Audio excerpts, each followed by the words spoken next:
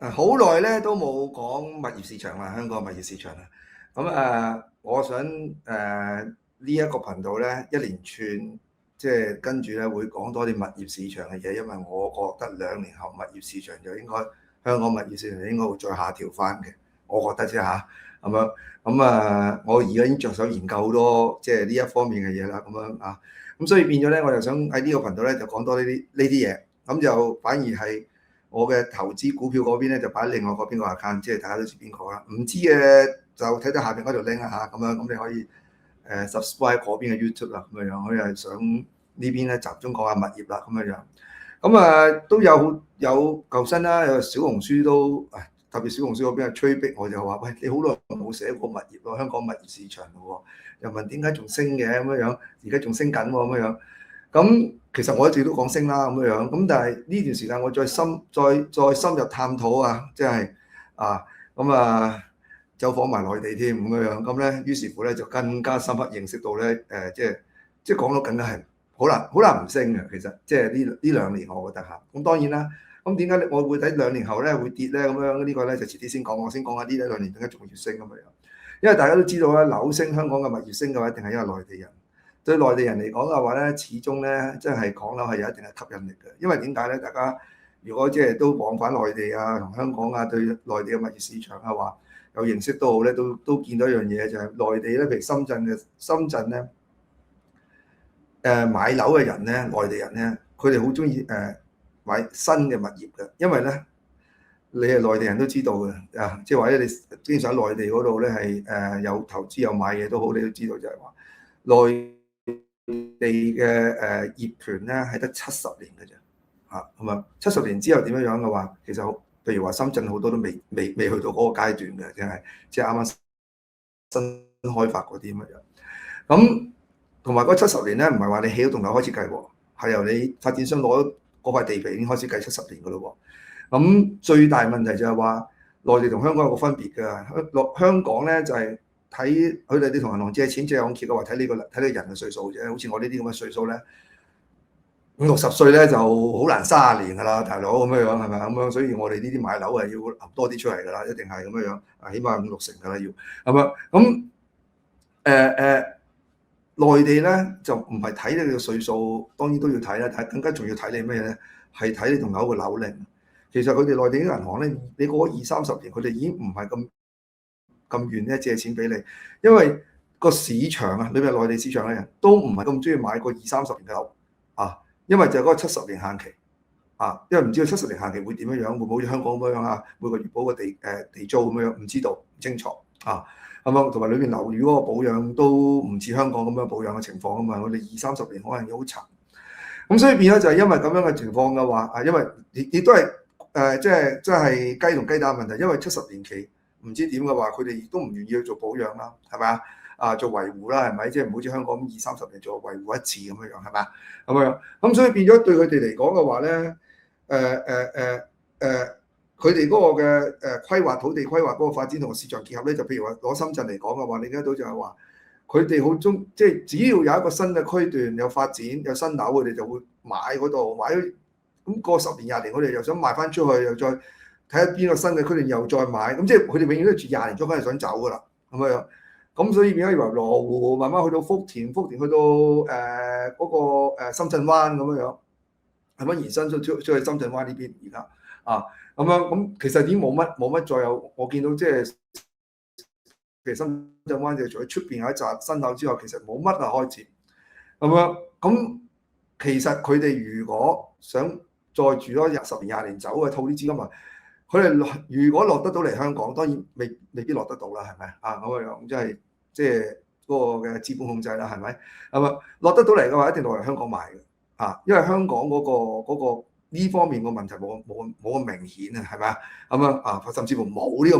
問題添啊，我哋係咪？咁所以變咗內地呢個買家呢一個支持係好重要嘅，對香港呢樣嘢。仲有就個租金回報，老實講，同一個俾15,000萬嘅樓，香港嘅話15,000萬嘅樓應該有3萬蚊租金回報㗎啦，已經係應該唔止添應該裏邊嘅話咧。15,000嘅話得16,000-17,000嘅啫，咁樣即係差唔多冇一半㗎租金回報率。咁樣咁你話啦，你有筆錢嘅話，可以落嚟香港嘅話，係咪一定會喺香港買樓啊？係咪先啊？咁樣啊，所以變咗喺呢一個咁樣嘅情態之下嘅話，如果內地有資金落嚟嘅話，佢梗係買香港樓啦，係咪？咁所以變咗呢段時間嘅話，佢哋即係咁每一段時間嘅話，內地都有資金落嚟香港，只不過係有序地咁落嚟啫嘛，係咪？總有方法有序地落嚟，一落嚟嘅話，咁咪買香港樓咯。咁香港樓有承托咯，係嘛？而家呢段時間係嘛？咁樣咁發展商揾大財團嘅，譬如話好似新鴻基嗰啲，佢唔急買咁咪慢慢賣，等你一浸資金落嚟，咪一浸，起碼個價係喺一個好嘅價錢賣出去嘛，係嘛？咁你用租金回報嘅話，香港樓嘅租回報係好高嘛，係嘛？咁所以變咗最更加重要就係話你而家冇晒嗰啲釐印費嘛，即係點解得翻個基礎個釐印費嘛，係嘛？哇，400萬樓或者100蚊釐印嘅啫喎，好好炒嘅喎。如果你真係攞啲心機揾啲二手樓嘅話，嚇400萬就當然要買啲舊樓啦咁樣睇。因為香港嘅舊樓都好好做噶嘛，唔係內地嘅樓嘛，係咪啊？咁所以變咗一樣可以好炒啊，二手樓都好炒噶嘛，只要400萬樓下就好炒。400萬樓下或者400萬430萬都，我唔記得個釐印費啦，430都唔係太，好似都要有另外額外嗰條俾2成咁，但係都有數圍嘅，即係其實都有數圍嘅咁樣。咁即係大概450萬樓下咧，我覺得都仲有數圍嘅應該嚇，即係但係最好400萬啦，係嘛？最好400萬啦咁樣，400萬樓下最好係咪？咁樣好啊，咁所以變咗你見得到喺咁多個因素之下加埋嘅話，你如果期望或者好似嗰啲咩教授咁樣講話啲咩香港樓價會跌到去咩5成啊3成啊咁樣，其實我兩年前都講係冇可能嘅事嚟嘅，真係冇可能，因為我哋最主要買家係內地買家，而內地買家我有比較噶嘛，將內地嗰個嘅物業市場同香港物業市場去比較係咪？尤其是而家內地嘅經濟唔係咁好，佢嗰個推動力啊，即係個地域推動力嘅話，推唔到上嚟噶嘛，係咪？嗱，如果你話經濟好嘅話，住羅湖嗰邊可以推上去福田推過去深圳灣咁樣咁推上去，個流動力都幾好啊咁樣係咪先？但係佢而家唔係經濟唔係咁好，流動力唔係咁高噶啦嘛，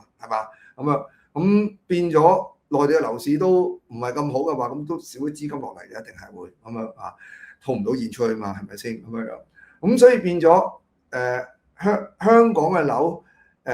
始終有一定嗰個吸引力咁樣，咁即係佢哋內地人嚟講嘅話，你已經買香港樓都唔可以落到資金嚟，都買香港都唔買內地嘅樓，因為內地樓個承接力而家非常之弱承接弱，即係講真，即係而家內地樓可以買完咧就。即係俾我哋香港啲老一輩嘅人退休啫嘛，係嘛？咁當然唔好揾深圳灣咁貴啦，揾啲平啲嘅話真係好好住食嘢又平係咪先？咁所以變咗退休幾好咁樣。但係如果作為一個投資嘅話，咁就保值嚟講嘅話就唔係咁好啦，係嘛？咁所以有呢一個因素，永遠都托起咗香港嘅樓價嘅咁因為香港嘅租值又好貴咧，係嘛？咁所以係好吸引嘅地方嚟嘅，其實咁所以令到香港嘅樓價，如果你話期望再跌深啲，好似2年前啲人咁樣講啦，有冇2年啊？年零前啦，我嗰陣時已經講㗎啦，我都講話冇可能再跌到咩4成3成呢啲，只不過講嚟氹下大家開心，等大家即係博下 YouTube 收視，因為你嗰段時間講呢啲好多人睇㗎嘛，好開心㗎嘛，同埋講陰公嘢係咪？你講個真相嘅話，啲人覺得你就會話鬧你㗎嘛。即係我每一次講真相都俾人鬧。幾年前我開始話樓價跌，就俾人鬧話你識唔識買樓價咁樣。我話到我話樓價升又俾人鬧，又話你有冇搞錯，樓價跌到咁你都話會樓價會升咁樣。即係你都知 YouTube 呢啲咁樣嘅即係視頻咧係永遠跟嗰個嘅herd spirits 㗎嘛 ，herd spirit 牛群嗰個心態去行㗎嘛，你中意佢講啲，即係佢覺得你市場中意啲乜嘢講啲乜嘢，會多收視，係咪咁講？但係問題就係咪真係事實嘅話唔係咯咁樣，我自己覺得咁樣。咁所以如果你話期望呢1-2年都仲係會跌嘅話，就唔會㗎啦。咁但係反而就點解我會覺得2年後會跌咧咁樣？咁呢個咧就留待聽日先講啦，好嘛？